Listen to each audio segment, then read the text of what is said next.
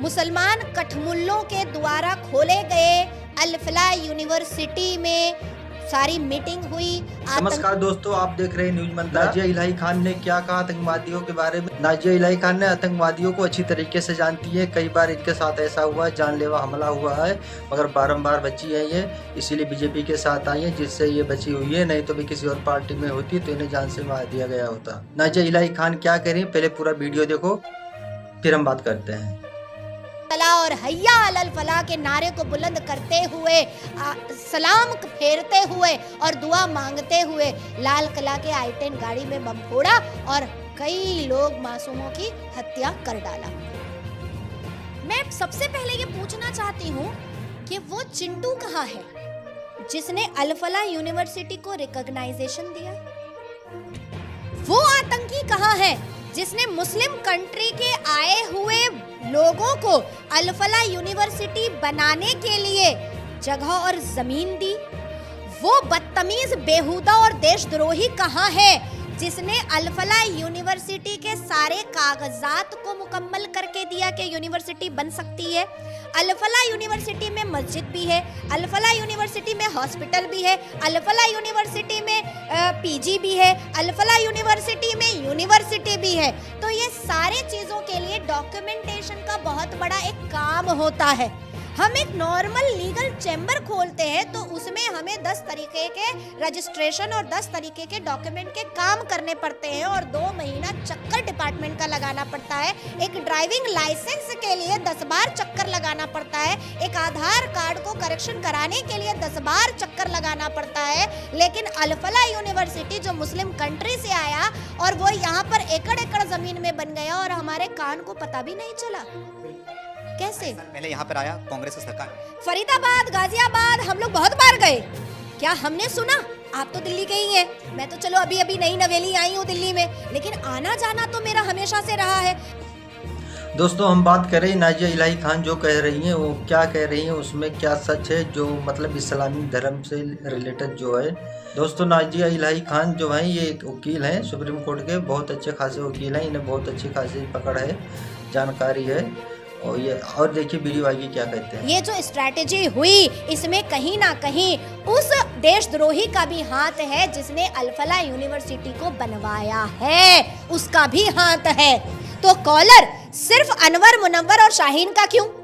उसका क्यों नहीं जो इस देश के बड़े बड़े गद्दी और चेयर पर बैठा है और व्हाइट कॉलर करके बैठा है और देश के लोकतंत्र के मंदिर में संविधान की कसम खा रहा है और लाल डायरी लेकर के घूम रहा है और संविधान की कसम खा खा करके देश के मुसलमानों को आतंकवादी और पाकिस्तानी प्रवक्ता और मानसिकता बनने पर मजबूर कर रहा है। उसका कॉलर क्यों नहीं पकड़ाएगा? उसका भी कॉलर पकड़ाना चाहिए। भाई, नाजिया इलाही खान का बात सही है। वो लोग कहाँ हैं जो इन्हें आतंकवादी ठिकाने बनाने के लिए ज़मीन दिए हैं? क्या उनके पास कोई कागज़ तो लिए होंगे? ऐसे तो ज़मीन दिए नहीं होंगे। वो कौन से लोग हैं जो इन्हें अपने मकान में, इन्हें किराए के मकान दे रहे थे या अपने पास इन्हें रख रहे थे? वो कौन से लोग थे जो मस्जिद में नमाज़ पढ़ने गए? क्या उनको नहीं पता ये कौन है, कहाँ से शख्स आया हुआ है? उन्हें तो पता होगा। अगर ये कैसी मानसिकता वाले हैं। खैर वीडियो आगे और संविधान है, उस देश में अरबी भाषा की जरूरत कहाँ पर? मैंने उस वक्त भी कहा था, जिस देश में एकेडमिक क्वालिफिकेशन को मान्यता दी जाती है उस देश में मदरसे की क्या जरूरत है? जिस देश में एकेडमिक क्वालिफिकेशन और डिग्रियों के बिना पर लोगों को नौकरियां दी जाती हैं, प्राइवेट सेक्टर में भी, गवर्नमेंट सेक्टर में भी, कॉर्पोरेट सेक्टर में भी, सिविल सेक्टर में भी, उस देश में मदरसा छापों की जरूरत क्या है?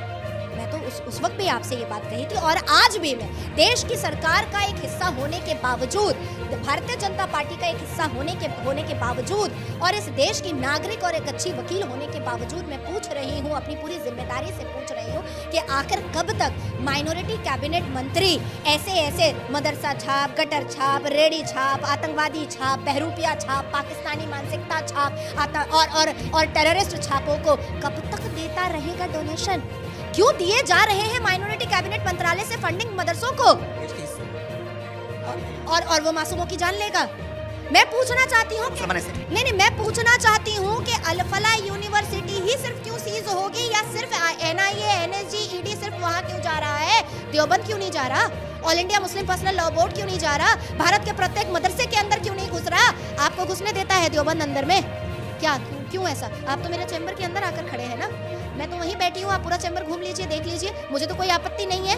कोई कहीं भी चाहे मेरे चैम्बर में घूमे। आखिर देवबंद में क्या है जो चैम्बर नहीं जाया जा रहा है, जो देवबंद के अंदर नहीं घुसने दिया जा रहा है? मतलब का देवबंद और जो मदरसा होते हैं वो आतंकी काटा। जमायतुल उलमाए हिंद, ये पूरा का पूरा लिस्ट मेरे पास रखा हुआ है कि कितने आतंकवादियों को उसने लीगल एड दिया है, कितने आतंकवादियों को उसने लीगल एड दिया है जमायतुल उलमाए हिंद ने। जब देश की सरकार को ये बात पता है, जब देश के सर्वोच्च न्यायपालिका को ये बात पता है, जब देश की सुरक्षा एजेंसी को ये बात पता है, तो ताला क्यों नहीं लगता है जमायतुल उलमाए हिंद पे? जब देश की सरकार को, देश के सर्वोच्च न्यायपालिका को, देश की सुरक्षा एजेंसी को पता है कि अजमेर मजार में न्यूड फोटोशूट होता है, बलात्कार होता है, तो क्यों नहीं ताला लगता है अजमेर शरीफ में?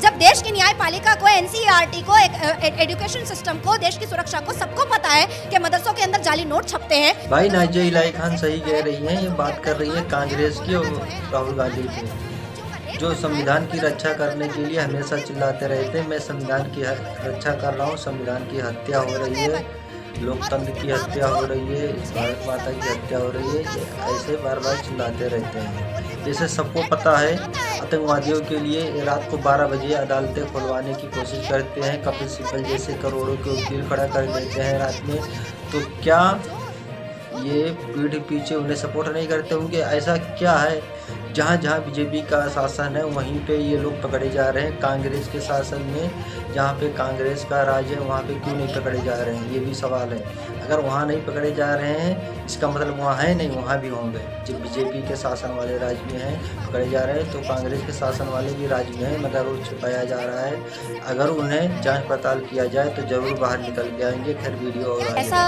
टेररिज्म ऑर्गेनाइजेशन बता दीजिए जो हिंदुओं ने बनाकर रखा हो, यूनाइटेड नेशन में स्टैम्प्ड कोई एक ऐसा रिकॉग्नाइज्ड एक ऐसा टेररिज्म ऑर्गेनाइजेशन बताइए जो हिंदुओं का हो, तो फिर मैं कहूँगी कि हाँ भाई आतंकवाद का कोई धर्म नहीं होता है। लेकिन जब हम पूरा शिजरा निकालते हैं, जब हम पूरा रिसर्च निकालते हैं, तो वाकई में आतंकवाद का कोई धर्म नहीं होता है, उनका तो कठमुल्ला मजहब होता है, उनका तो मजहब होता है। और आप देखिए विडंबना देखिए, हाँ मेरी तो नज़र झुक जाती है, हो सकता है लिब्रांडो हिंदुओं की नहीं झुकती होगी, मेरी तो नज़र झुकती है जब प्रॉफिट मोहम्मद सल्लल्लाहु अलैहि वसल्लम के नाम से टेररिज्म ऑर्गेनाइजेशन चलता है जैश ए मोहम्मद।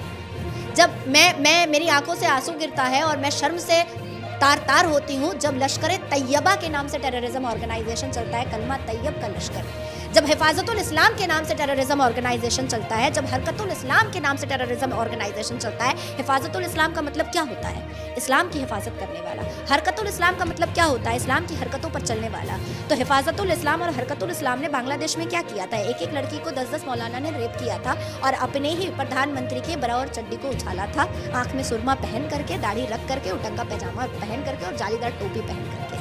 तो मैं पूछना चाहती हूँ कि जो लिब्रांडो हिंदू अभी भी अपनी आंखों को बंद करके रखे हैं और मुझे बोल रहे हैं प्यार से नहीं बोलती मुसलमानों को, कठमुल्ला बोलती है मुसलमानों को, बहुत बुरी औरत है, बहुत बुरी महिला है, तो मैं उनको बोलना चाहती हूँ कि जब हरकतुल इस्लाम और हिफाजतुल इस्लाम काफिरों के घर में घुसेगा तो उसकी 78 साल की माँ को भी रेप करेगा, छोड़ेगा नहीं। क्योंकि शेख हसीना जो थी वो भी तो आई थिंक 69 की है वो। तो जब बंगाल में पंचायत इलेक्शन में 68 उम्र की एक माता का रेप किया था क्योंकि वो हिंदू से थी। पूछा जाए क्या ये नहीं छोड़ते किसी को, ये जब रेप करते हैं जिहाद के नाम पर तो ये सबका करते हैं। आतंकवाद की बात कर रहा हूँ कि डॉक्टर के रूप में आतंकवादी आते हैं और दिखा गया वीडियो में कि उसके आतंकवाद जो है उनके बारे में आतंकवादी जो है वो ऐसा लगता है मिर्ची लग गया नमाज पढ़ने के लिए। एकदम क्या ये पैटर्न क्या है कि इस्लाम में अगर कुछ सिखाया जाता है कि बम फोड़ने से पहले, आतंकवादी हमला करने से पहले अल्लाह की इबादत करना जरूरी होता है? पहले इसको आप अपने दर्शकों को समझाइए कि ये दिमाग में ना रखे कि जो जाहिल होता है वो आतंकवादी होता है। सबसे पहले ये, और इतना शॉकिंग होने की ज़रूरत नहीं है। Osama bin Laden civil engineer था, उसके बाद फिर अफजल गुरु वो भी बहुत पढ़ा लिखा था, बुरहान वानी वो भी बहुत पढ़ा लिखा था, टॉपर था वो तो। उसके बाद 2024 में महाराष्ट्र से एक पूरा गुट को अरेस्ट किया था महाराष्ट्र पुलिस ने, जिसमें से 3 डॉक्टर थे और 4 जो थे वो CA चार्टेड अकाउंटेंट थे। उसके बाद फिर आसाम से एक पूरा गुट अरेस्ट हुआ था, 2025 की बात मैं कह रही हूँ, गूगल में सर्च कर लीजिए, सबके सब सिविल इंजीनियर थे। तो जो पढ़ा लिखा होता है, जिसके पास एकेडमिक क्वालिफिकेशन होता है, वो आईफिल टावर तोड़ता है, वो भारत का पार्लियामेंट तोड़ने के लिए जाता है, वो जम्मू कश्मीर कश्मीर को पूरा बर्बाद करके उसमें जिहाद करके वो मुसलमान का नगरी बनाने जाता है। और जो जाहिल होता है वो मूत जिहाद, थूक जिहाद, गला रेतो जिहाद, कन्वर्शन कराओ जिहाद, वो लाभ जिहाद, ये सब करता है। तो जाहिल अपने तरीके से जिहाद करता है और पढ़ा लिखा अपने तरीके से जिहाद करता है। आतंकवादी को बचाने के लोग बोलते थे ना कि उसका माइंड वॉश हुआ था, बच्चा था वो, माइंड वॉश होकर जो है वो आ गया, गलती कर दिया और फोड़ दिया ना, मतलब कि पढ़ा लिखा नहीं था। लेकिन अब क्या बोलेंगे, अब कैसे बचाएंगे उनको, अब कैसे बचेंगे कि अब तो जो है पढ़ा लिखा भी आ गया, डॉक्टर इंजीनियर भी आ रहा है। भारत की बात कर रहा हूँ कि पहली बार ऐसा हुआ है कि डॉक्टर के रूप में किसी आतंकवादी ने हमला किया है और नाक के नीचे हमला किया है। तो इसके बारे में क्या कहना चाहूँगा? मैं बांग्लादेश के कई हिंदुओं से बात करती हूँ और बांग्लादेश के कुछ हिंदू जो हैं वो मेरे पास उस घटना के बाद मेरे कैलकाटा वाले चैम्बर में आकर के मुझसे मिले भी थे। उन्होंने बैठ करके कहा कि नाजिया दीदी, हम लोग भी पहले यही सोचते थे कि सब। दोस्तों, मुझे लगता है नाजिया इलाही खान ने जितनी बात कही वो एकदम 100% सत्य है, क्योंकि ये बगैर तथ्यों साबूतों के बगैर नहीं बोलती हैं। जो बोलती हैं तथ्यों साबूतों के तौर पे बोलती हैं। वैसे ये भी हाई कोर्ट के वकील हैं अच्छे खासे, इन्हें भी नॉलेज है। तो मुझे लगता है ये जो बोलेंगी सही बोलेंगी। इनका भी मैं वीडियो देखता हूँ, जितनी बात बोलती हैं सही बोलती हैं, मुद्दों वाली बात बोलती हैं, साबूतों के तौर पर बोलती हैं। और इनका वीडियो कितने लोग देखते हो, क्या ये इनका कहना है, आप कमेंट में कमेंट करें। आप चैनल को सब्सक्राइब करके वीडियो को लाइक करें और कमेंट करें इनकी बात आपको कैसा लगता है।